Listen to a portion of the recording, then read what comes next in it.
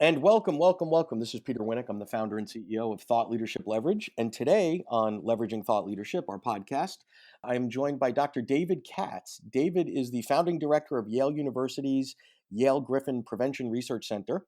He's the immediate past president of the American College of Lifestyle Medicine, founder and president of True Health Initiative. He's got a new book out, which is The Truth About Food, and all the proceeds are going to a nonprofit that we'll touch on. And he's the CEO of Diet ID. And for the sake of time, I've left out many of his other accomplishments, which we could get to as well. But thank you for joining us today, David. Thank you, Peter. Good to be with you. There you go. Now, I didn't play the revenge card and have the doctor wait in the waiting room for me a half an hour. Yeah, no, it would have been only just, I guess. Although I have to say, 25 years of patient care, I really never did that. And Cool. If ever my patients got hung up out there, I came out and apologized. I always thought my patient's time was as valuable as mine and operated accordingly. You know, sometimes the calamities happen in clinical care and you fall way off your timeline. But anyway, I'm with you on that one. Cool. Thank you. I love that. Anyway, so I've had many doctors on and many clients that are doctors, but it's usually the other types, the PhD type of docs, right? So you're an actual medical doctor, and I think I've had a couple of those on as well. But talk to me a little bit about the content, the thought leadership, diet ID, the truth about food. How does all of that sort of connect, and how are you using and leveraging thought leadership to sort of launch the platform, the business, the message, the moment, the movement, all that sort of stuff? Wow, that is the It's a loaded question. $64,000 question. Yeah. So I'll try to answer it concisely, but I think the best way is actually to go back to the very early days of my career because there's sort of a whole trajectory here that best characterizes it. So I went into medicine partly because I wasn't sure what else to do. I wanted to do good in the world. My dad was a doc. It seemed obvious. I went to medical school, was still not clear how best to serve my mission. So I trained in internal medicine, which gives you a very broad understanding of how to take care of people. And it was while in the hospital 100 hours or more a week during my residency in internal medicine that I realized I wanted to be involved in preventing all this preventable misery. 8 out of 10 hospital beds were filled with people who never needed to get that sick in the first place if we leveraged lifestyle. If we didn't smoke, if we ate well, if we were physically active, if we got enough sleep, a short list of high priority things. So I thought, I do want to take care of people when they get sick, but I sure would like to prevent lots of people from getting so sick in the first place. So I went on to a second residency in preventive medicine, which is what landed me at Yale. And I've been here in one capacity or another ever since. And when I graduated that program, so I was now dual board certified in internal medicine, preventive medicine, got my master's in public health at Yale. Pretty much the minute I completed that training, a paper came out in the Journal of the American Medical Association entitled, provocatively, Actual Causes of Death in the United States. Actual. So that's the kind of that's the kind of title that sort of rocks you back on your heels. Wait a minute, what? So we thought the leading causes of premature death were heart disease, cancer, stroke, diabetes, and so forth. What do you mean? So these two authors, brilliant guys, Bill Faggy and Mike McGinnis, said those are not really causes; they're effects. If somebody dies of a heart attack, yes, they have heart disease, but that's an effect. What caused the atherosclerosis? What caused the growth of the tumor that led to the death from cancer, and so on and so forth. So they enumerated a list of 10 factors that were essentially the root causes of premature death. And those factors included, in particular, lifestyle behaviors. So diet, physical activity, tobacco use. Controllable. They also included some environmental exposures. Right? Yeah. Exactly. Well, not just controllable now. So we're having this conversation in the end of 2018. Controllable then, 25 years ago. And so that was the point. So essentially that became my career mandate. Wow. The conclusion really from this paper was we could prevent 80% of premature death and chronic disease if we simply got people to stop smoking, eat optimally, and be physically active. And we could prevent even more if we appended to that list good quality sleep, managing stress. So I got that. So that's the That's the focus of everything I do, and essentially translating what we know about those factors into action. And I'm trying to reach people every way I can: clinical care, media, writing, nonprofit, for-profit, invention, innovation. That's what ties it all together. That's the theme. So the DNA, if you will, right? The core essence is the same, and it could be deployed from a clinical perspective, right? You could be my doc and teach me a better way to have better lifestyle choices, et cetera. You've got the index, which is fascinating, right? You've got all these other pieces out there that all really serve the same purpose. But give me sort of a bit of an example of, let's say, the the deployment of the book and the index in terms of the same DNA but totally different routes, formats, modalities, and what those expectations and outcomes are for you in terms of the overall objectives. Sure. So you referred to the index several times, and I presume you mean the overall nutritional Yes. quality index algorithm. So that was deployed nationwide in a system that had a public-facing name of NuVal. And essentially, it long ago occurred to me that if we wanted people to eat better, they needed to choose better foods, and the average person doesn't know how to do that. Everybody knows that fruits and vegetables are good for them, but most people don't eat enough of those. But what about when you're shopping for a pasta sauce? Which one is the most nutritious? Which breakfast cereal is the most nutritious? And I don't mean in terms of any one nutrient that happens to be the fixation today, but all of the nutrients. Overall, what's the most nutritious bread, breakfast cereal, salad dressing, pasta sauce, yogurt, and on in every aisle of the supermarket? Well, a nutrition expert knows that. The average shopper doesn't. So we committed years of work to closing that gap and basically built a high-tech algorithm that incorporated 30 different nutrients, weighted them for their health effects, churned all those gears, spit out a number between 1 and 100. The higher the number, the more nutritious the food. And we scored 150,000 foods and put those numbers on price tags in supermarkets around the country. And the system is undergoing a transition. Now, I'm not in charge of the business side of that. I was just a scientist, so I can't speak to the business aspirations at present. But it certainly peaked in its deployment in 2,000 supermarkets nationwide. And I traveled the country and met people who reported losing 50 pounds, 60 pounds, 100 pounds. One guy in Tennessee, 200 pounds, just by trading up everything he bought in the supermarket using the system. Wasn't spending more money, So wasn't he on just a chose diet. something that was a 90 versus an 80 or whatever, right? Really simple. Or a 90 versus a 9. I mean, the ranges are quite incredible, right? So, but the point is, every time you traded up with this simple numerical system and all you needed to be able to do was count, you were eating less added sugar, less added salt, less food chemicals, more fiber, more vitamins, more minerals. And here's I think, a really important tidbit to throw in, Peter. The Pulitzer Prize-winning investigative journalist Michael Moss wrote a New York Times Magazine cover story, The Extraordinary Science of Addictive Junk Food. And in that report, he basically explained that every major food company in the country and around the world hires teams of PhDs, gives them functional MRI machines, and marching orders to design foods people literally can't stop eating until their arm Right, gets tired right, from right. lifting it to their mouths. If you trade up on the NuVal scale, the index you're referring to, you reverse engineer that. So the less processed foods are the more nutritious, they score higher, and they essentially reverse engineer that Moss effect. So what people didn't realize but experienced was that one of the many virtues of more nutritious foods in every aisle of the supermarket is they fill you up on fewer calories. And without counting calories, you simply wind up eating fewer. And so people were losing incredible amounts of weight. So that's the index. And obviously, that was a direct translation of my devotion to using food as medicine into a public tool.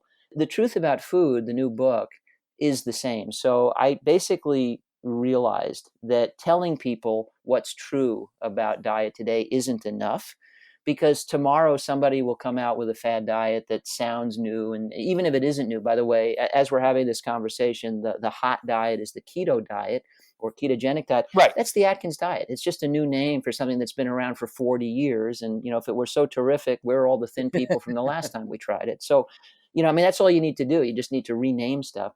But in any event, telling people fruits and vegetables are good for them isn't going to take us very far. The issue is, how will you know when something new and shiny and glitzy and full of, magical promises shows up tomorrow on the Today Show, whether you can trust it or not? And spoiler alert, you can't. But how do you know? So I thought, I need to write a book that doesn't just tell people everything I know about what's true. I need to tell people everything I know about what's false, how I can tell the difference, how I know what I know, why I know what I know, what the evidence is, what to look for, what the signature distinctions are between diet truth and diet lies. By the time I was done, I had written a 750-page book. It's sort of the manifesto of my career. And then we published it. It's available only on Amazon. So again, the title is The Truth About Food. And we published it on behalf of the True Health Initiative, which has basically the same mission. So the True Health Initiative is a 501c3 nonprofit I founded.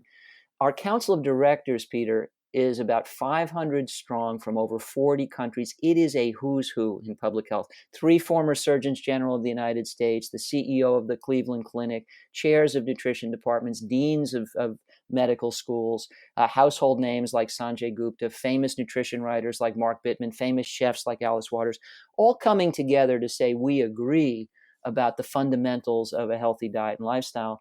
And so the book really delivers that same message. We want to make the empowering fundamental truths common knowledge. So all proceeds from the book go to support the True Health Initiative, which pulls together the world's leading voices from vegan to paleo and everything in between, coming together to say the fundamental truths are not negotiable. And the value proposition here, folks, is, if you get the fundamentals right, it can add years to your life. It can add life to your years. And because the best dietary patterns are good for people and planet alike, we can also help save this beautiful planet of ours before it's too late. So, this is directly in service of the mission. And again, that's the last thing I'll say, Peter, and I'm sorry, is just, this is a diverse portfolio. And I think in terms of, sort of business strategy, I've characterized myself as a strategic opportunist. I couldn't have mapped out all the stuff I wound up doing. I worked on air for Good Morning America for 2.5 years. I just sort of took opportunities as they came along, weighed them in terms of do they advance the mission, and made decisions accordingly. And that's been true about pretty much everything in the mix. So you've done it well. And what I'm trying to sort of get to for a moment here is, so the content, we touched on that, right? In terms of health and wellness and diet and making choices and better systems to do that and all that, right? What I want to understand to help extrapolate across other content that is not medical related, right? But is aligned with the listeners in terms of, business related thought leadership and content, is you have an interesting mix of modalities to get the work out, right? You've got media, you've got the book, you've got your business, the diet ID, et cetera. And you have to make thoughtful and strategic choices with limited resources over how to spend your time, energy, effort, and money. And you're putting a lot of time, energy, effort, and money into thought leadership and content. So speak a little bit about how you make those choices and gauge the returns. Because if you wrote a book and it didn't achieve any of your objectives, you probably wouldn't write 5 more. So how do you what are the mechanisms or the KPIs or whatever that you use to say this is worth the investment, this isn't, this is what I'm looking to achieve as a result of doing X, et cetera? That's a great question. And I understand how it's a great pivot to the theme of the podcast.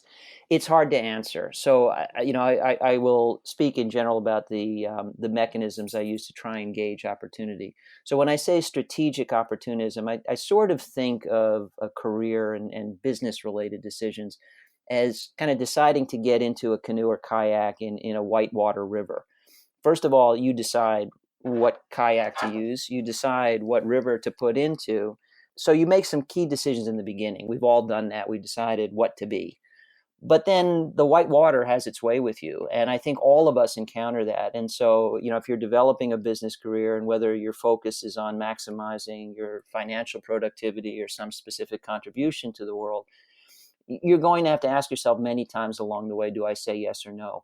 What I've generally done is, if it's an opportunity that takes me further downstream, the basic direction I want to go, I have said yes. If I thought, it's taking me in the general direction of a bank where it might be nice to put in, I've said yes. If it's been in any way opposite my ultimate goals, I've said no. Sometimes that's obvious. Sometimes it's not so obvious. But hold on. But even in that yes and no, so if I ask you to do something that might take 20 minutes of your time, let's say this podcast, that's one yes, versus could you be on the board of directors of, which requires 8 trips a year to Scottsdale for a board meeting? That's a different ask. Right. But generally there's a ratio there. So, in medicine, we think all the time about risk benefit ratios. There's nothing we do in medical care that doesn't involve some risk. So, the risk of recommending that somebody exercise routinely is very low. They might sprain their ankle or something, right? Right. But the risk of an intra-aortic balloon pump, which is a massive device inserted into the aorta, is huge. Well, essentially what justifies one versus the other is the condition you're starting with. If somebody is going to die without an intra-aortic balloon pump, the risks are worth taking. So I would say that translates perfectly to the considerations of allocating our own time. instead of risk, we're thinking about the burden. The burden is time, effort, blood, sweat, tears, money, and the benefit is some kind of return, notoriety, stature, success, influence, impact, monetary gain. The greater the demand, the greater the return needs to be to justify it. So, return on investment concept. Again, you're what you're asking your brain to do, and it's somewhat taxing, is to come up with semi-quantitative estimates of each. What will this demand of me? What am I likely to get in return? And does it justify it? And I think what we all find is that we at times get it wrong, and consequently we wind up doing some things we wish we hadn't done. I think I have a general tip there, Peter. You have to decide which way you would rather be wrong, and I do think that changes over time. So certainly as a young person, when you are eager to climb up to a point where you can have the influence you want in the world, I think you err in the direction of saying yes too often. I think most of us are natively inclined to do that, but I think it's right. And here's another tip from medicine, and I think it translates nicely to business strategy. When we do a test, we do some sort of diagnostic test, we worry about false positives and false negatives. A false positive is, we do an MRI, we think we saw a tumor, but it's not a tumor, it's nothing of consequence. That's a significant false positive. A false negative is you've actually got something and our test fails to find it. Well, it leads to the question, which way would you rather be wrong? I think early in your career, you've got lots of youthful energy and you need to climb the ladder. I think you would much prefer false positives. You make a commitment, you didn't get a big return, but it was worth a shot. I think as you achieve a certain stature, your time becomes more valuable. You have less need to do everything to become known. You become much more selective. So, I am much less inclined to the false positives these days. So I very carefully weigh the opportunities. In the case of something like a book, as you say, it's a huge commitment. But regardless of how the book does, this is information that I will be able to return to over and over again. Yep. Over the course of my career. I can leverage this and repurpose it. Exactly. And that's one other thing I want to throw in the mix here, Peter. And, I'm presumably speaking to a well-informed business audience that has their own strategies. But I'm also very receptive to indirect benefits. So, for example, you can write a book, it can be a bestseller, it can make you rich, it can have a massive direct influence. Alternatively, you can write a book that, just sort of percolates over time. Maybe fewer people read it, but those who do think, it's really fantastic information, and they are thought leaders in their own right. And they've got, I don't know, maybe a podcast they invite you to come on, or, they're sponsoring a conference, they want you to speak. And so it wasn't necessarily that you sold 10 million books, but you had a lot of speaking opportunities and each one led to more, and they fan out in front of you. There's a compounding effect and a flywheel effect. You can't measure every, what is your ROI for spending, some time with me today? Who knows, right? Could be zero, a little bit, could add to it.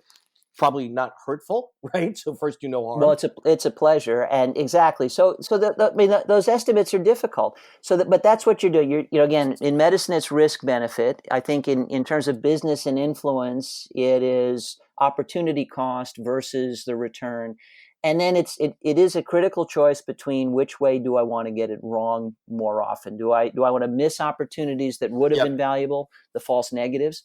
Or do I want to engage in stuff that kind of leads me down a blind alley and uses up some time I'm never going to get back, the false positives?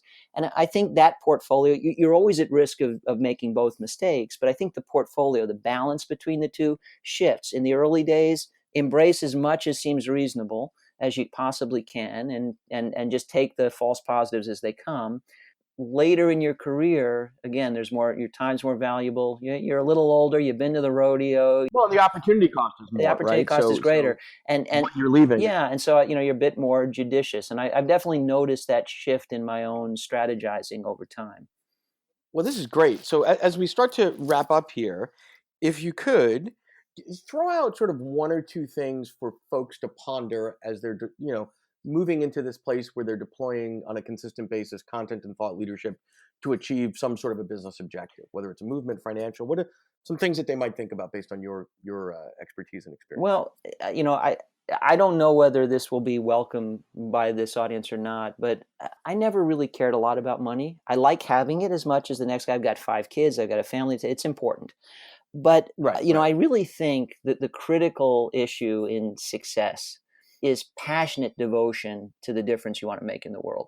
And you lead with that. And so everything we're talking about, obviously there are bills to pay. So sometimes money has been a consideration, but mostly it's Yeah. been about advancing the mission. And then, I think when you're doing something significant in the world, the money does tend to follow, because if it matters, others are going to agree that it matters, and they're going to care, and there will be ways to monetize it. So that would be one tip. And significance is relevant because your significance in terms of, if I follow what you're talking and writing about, could literally be life and death, or adding years to my life, etc. Someone else, it might be, growing a business more quickly, or being a better leader, or having more empathy, whatever it is. But that significance piece is I agree with that. That's very interesting. And I guess it's expressed many different ways: purpose, passion, so forth. But I think you lead with that.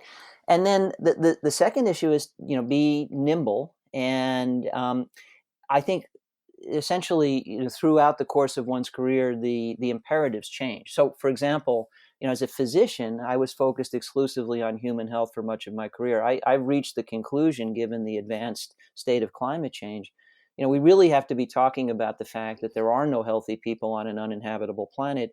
And so healthcare professionals need to be in that conversation, and we need to be doing something about I it. love it. So that's my portfolio, the very emphasis of my work has shifted to keep up with the imperatives of our time. I think that's crucial. I think a diverse portfolio tends to work when one is, planning for retirement. I think it tends to work in one's career too. Think about all the different ways you can fortify the impact you're trying to have. And, essentially by diversifying those activities within reason, if one of them lets you down, you've got another one to turn to and say, this one is advancing, and so I'm going to double down over there, that kind of thing. So, those are a few of the tactical elements that I think are most salient. I love that, and I like the portfolio sort of analogy, because I think in the same way, in terms of not having all your, like, you just came out with a book. Your whole success of all of your life's work is not based on the success of this book. It's a contributing factor, but there's multiple other elements to the portfolio. So anyway, I want to thank you for your time today. It's a little bit of a different sort of vantage point, coming at it from sort of the medical space, but I think the core principles are applicable to everyone else that listens here, in terms of the authors and the thought leaders and the speakers. A little bit of a different content, but the principles are solid nonetheless. So again, thank you so much for sharing with us and taking the time to be with us today, David. Thanks so much for having me on, Peter. Be well. To learn more about Thought Leadership Leverage, please visit our website at thoughtleadershipleverage.com. To reach me directly, feel free to email me at peter@thoughtleadershipleverage.com. And please subscribe to Leveraging Thought Leadership on iTunes or your favorite podcast app to get your weekly episode automatically.